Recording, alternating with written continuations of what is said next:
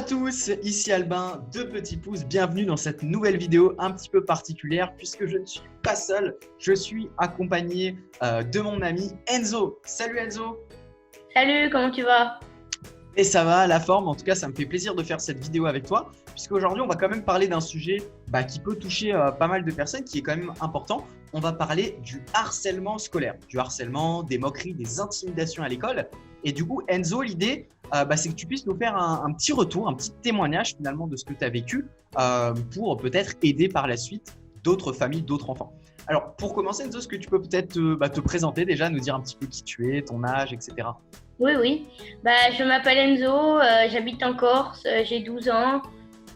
Je suis né le 28 avril 2008. Ok, super. Et du coup, alors, donc tu es en quelle classe? Raconte-nous un petit peu. En sixième, d'accord. Et au niveau des moqueries, du harcèlement, c'était quand? C'était avant du CE2 au CM2. Du CE2 au CM2. Donc ça a duré à peu près 2 ans, c'est ça? 2-3 ans? Voilà, 2-3 ans. 2-3 ans, ok. Alors, on va peut-être revenir au début, c'est-à-dire, si tu es d'accord hein, pour en parler, comment ça a commencé tout ça? Comment ça a commencé cette histoire? C'était une fille qui avait un problème, mais ça, on le savait, tout le monde le savait. Et la mère avait le même problème. Et, alors, un problème, c'est-à-dire quel genre de problème? Je sais plus, mais elle avait une maladie en fait, c'était pas… D'accord. Et la mère avait la même maladie, sauf que la mère et le père voulaient pas avouer qu'elle était malade. Et elle le faisait pas qu'à moi, elle le faisait aussi un peu aux autres. Et elle disait oh, on voit ton cul, ou des trucs comme ça. Et puis d'accord. Voilà. Puis après elle disait, elle nous faisait tomber puis elle nous donnait des coups de pied. D'accord. Voilà. Donc, elle faisait beaucoup de bêtises. ça a commencé avec toi et d'autres personnes. T'étais pas tout seul. Voilà. Il n'y avait pas que moi, non. Okay. Même la professeure, elle avait été portée plainte avec ses parents. Ah ouais. D'accord, ouais, c'est parti loin. Et donc ça s'est escaladé, elle a continué ça pendant longtemps. Comment ça a évolué? En fait, au départ, quand je suis arrivée, elle avait été virée de l'école pour aller à une autre école, et cette autre école, elle avait encore été virée pour revenir à la Ah oui. D'accord, donc tu es tombé vraiment sur un cas particulier d'une fille qui avait des récidives et qui faisait ça avec pas mal de monde. Oui, c'est sûr. D'accord. Et toi, comment tu as réagi? À quel moment tu t'es dit oh là c'est bon, ça suffit, c'est du harcèlement, ça me gonfle? À quel moment ça a dépassé? Au bout d'1 mois, on va dire à peu près, parce que le temps, j'allais dire autant ça va passer, et puis à force, il n'y avait pas que moi quoi, donc. D'accord. T'en as parlé tout de suite à tes parents ou pas? Oui. Puis après ma mère elle a dit si ça continue à la fin de l'année on portera plainte ou des trucs comme ça, et on a porté plainte et au final c'est eux qui ont eu raison. C'est eux qui ont eu raison, c'est-à-dire que la plainte n'est pas allée jusqu'au bout? Elle n'a pas été sanctionnée, cette fille? On nous a demandé si on voulait la continuer, on a dit oui, et au final ils ont été convoqués et il n'y a rien eu de… Ah ouais, donc elle a été convoquée chez la directrice ou au commissariat? Non, au commissariat. Ah ouais, au commissariat elle a été convoquée avec ses parents? Il n'y a pas eu de suite, on va dire. Voilà. Malgré le rendez-vous au commissariat… C'était pas la première fois, hein. Ce qui paraît, ils avaient plus de 10 plaintes, donc pas de problème. Waouh! Et malgré ça, il n'y a eu aucun changement, aucune action. Non, mais après, elle est restée dans la même école. Bon, moi, j'ai changé d'école depuis. D'accord, ok. Donc, toi, tu as changé d'école. Est-ce que tu as été le seul à changer d'école? Pourquoi, toi, vous avez décidé de changer d'école? Oui, moi, j'étais le seul que je connaissais. Après, Puis après, voilà. Hein. J'ai changé d'école, mais après, les autres, je sais pas. Je sais qu'il y en avait quelques-uns qui avaient changé d'école, qui partaient. D'accord, mais tu as dû laisser du coup, tu avais des amis dans cette école que tu continues à voir, tout ça? Oui, que je continue à voir là maintenant, non, parce qu'ils habitent loin. Ouais. Oui, j'en avais quand même. Ok. Et donc est-ce que toi tu conseillerais, je sais pas, si par exemple il y a d'autres enfants qui rencontrent cette situation, tu penses que c'est une bonne chose d'en parler rapidement aux parents? Enfin, ça dépend, si on veut pas en parler, on peut d'abord en parler à un adulte, mais si on ne veut pas en parler à ses parents directement, on peut parler à quelqu'un. D'accord, ça marche. Ouais. On peut en parler à un adulte, la maîtresse, ou à ses parents, ou même un grand frère, ou des gens qui peuvent nous aider. Ouais. D'accord. Et dis-moi, donc toi, est-ce que tu as essayé des choses quand elle t'embêtait? Est-ce que tu as essayé des choses justement pour que ça s'arrête? S'éloigner, enfin je veux dire dans la cour, rester éloigné d'elle, on va dire. Et là, il y a des fois, à un moment, la prof, elle devait rester à côté de la prof pour éviter de nous embêter. Ah ouais, carrément, d'accord. Et il y a un jour, je me souviens très bien, où je jouais avec un ami et elle était assise sur un banc avec la prof, tout ça. Puis moi, je la voyais pas, quoi, parce qu'on jouait dans la cour, tout ça. Et puis je commence à reculer, en fait, parce qu'on jouait à touche-touche. Et arrivé à un moment, je vois qu'il y a le mur derrière moi. Et du coup, je continue à reculer. Et à côté, il y avait la fille, la fameuse fille. Mais j'avais pas fait gaffe qu'elle était là. Et arrivé là-bas, il y a l'autre qui a essayé de m'attraper. Et à un moment, la prof, elle a dit, la maîtresse, à l'époque, elle a dit qu'on était punis parce que, soi-disant, qu'on l'aurait embêté. Alors que... D'accord, ok. Ouais. Donc il y avait un petit peu des injustices selon toi, c'était pas très juste de punir aussi. Après, j'ai changé d'école, hein, puis niveau. Oui, en fait, j'ai fait la moitié du CE2 et la moitié de l'autre. En fait, j'ai fait mon CE1 qui s'est très bien passé à Borgo. Ensuite, on a changé d'école parce que j'ai déménagé. Et vu que ça n'allait pas bien, pour fin du CE2, je suis retournée à Borgo.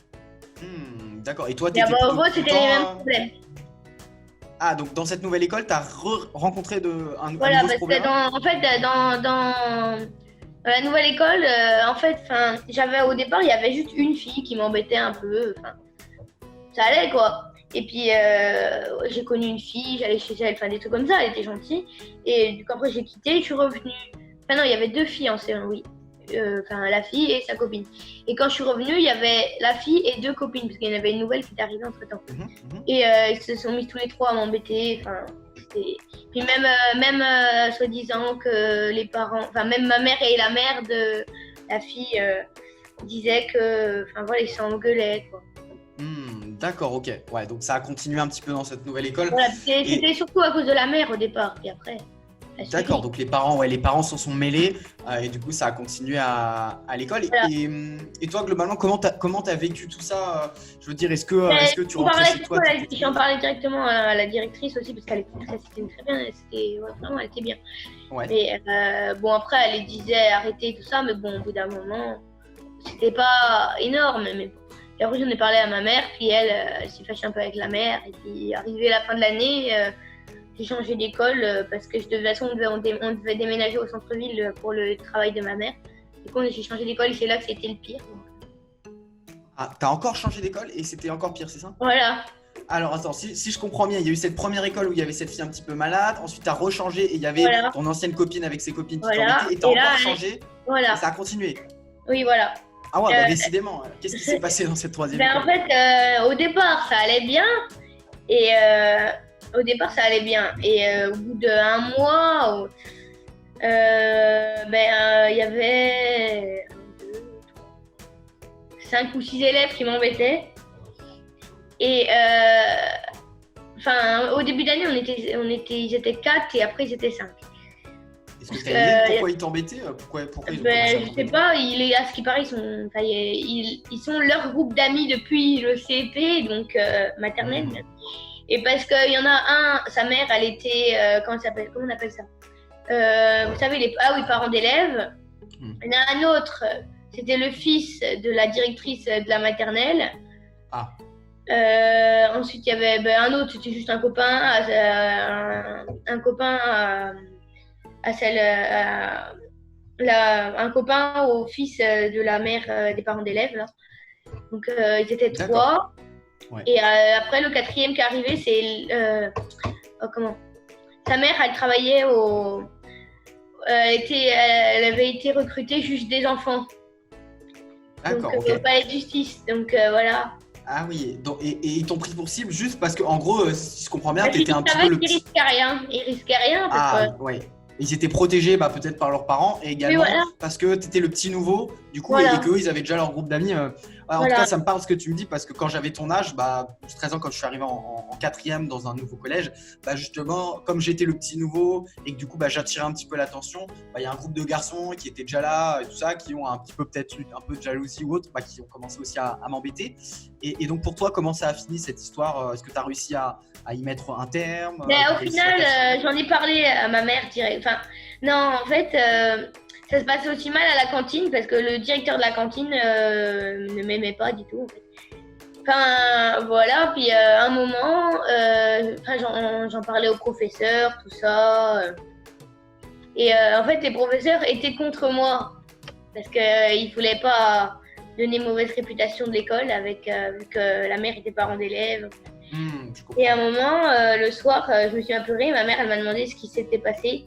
Et je lui ai expliqué que parce qu'en fait, le directeur de la cantine allait l'appeler ou je sais pas quoi. Donc, elle a dit qui m'appelle, tout ça. Elle a traité de tous les noms, puis voilà. Et puis après, toutes les 2 semaines, à peu près à l'école, ma mère était convoquée. Votre fils a fait ça, votre fils a fait ci. Puis elle disait, voilà, elle savait que c'était que je faisais pas, tout ça. Et à un moment, elle a parlé aussi à la supérieure celui de la cantine. Et puis, elle n'a rien fait non plus. Donc après, arrivé fin d'année… au bout de fin d'année, j'ai rechangé d'école. Ah ouais, donc tu as vraiment fait toutes les écoles, ouais. Voilà. J'ai rechangé d'école et bon, là, c'était moins pire. Il y en avait juste deux. Parce qu'en fait, au départ, il y avait les garçons quoi, qui me prévenaient. Ils m'ont prévenu. Les nouveaux, elle les aime pas. Et il y en a 2. Mais elle, c'était une petite, mais elle frappe tout le temps. Alors, en tout cas, elle n'arrête pas de me frapper tout. Mais même là, quand je vais en ville, elle me frappe. Ouais, d'accord. Ah oui, même là C'est maintenant. surprenant. Ok, ça marche. En plein public, pas de problème. Et là, du coup, donc t'es dans cette nouvelle école, du coup? Maintenant, je suis au collège. Et au collège, je me retrouve avec le fils de la mère du parent d'élève. D'accord. Et son copain. Bon, ça va un peu mieux. Enfin, ça va mieux maintenant quand même. Ouais. Puis voilà, après ça va. Maintenant, ça va. D'accord, ok. Ok, waouh, que d'aventures, que de péripéties tu as vécu, Enzo. En tout cas, moi j'espère qu'aujourd'hui ça va mieux et on va voir justement dans une prochaine vidéo qu'on va publier sur la chaîne comment faire si ça arrive, que faire, c'est-à-dire comment s'en sortir. Donc justement, on va pouvoir utiliser ton retour d'expérience, mon expérience aussi de coach avec les enfants et de thérapeute. Donc les amis, si vous voulez continuer l'aventure, découvrir un petit peu comment faire face au harcèlement scolaire, comment réagir, je vous invite à vous abonner à la chaîne YouTube, à mettre un petit like et on se retrouve très prochainement dans une prochaine vidéo avec notre ami Enzo. À très vite et à très vite Enzo.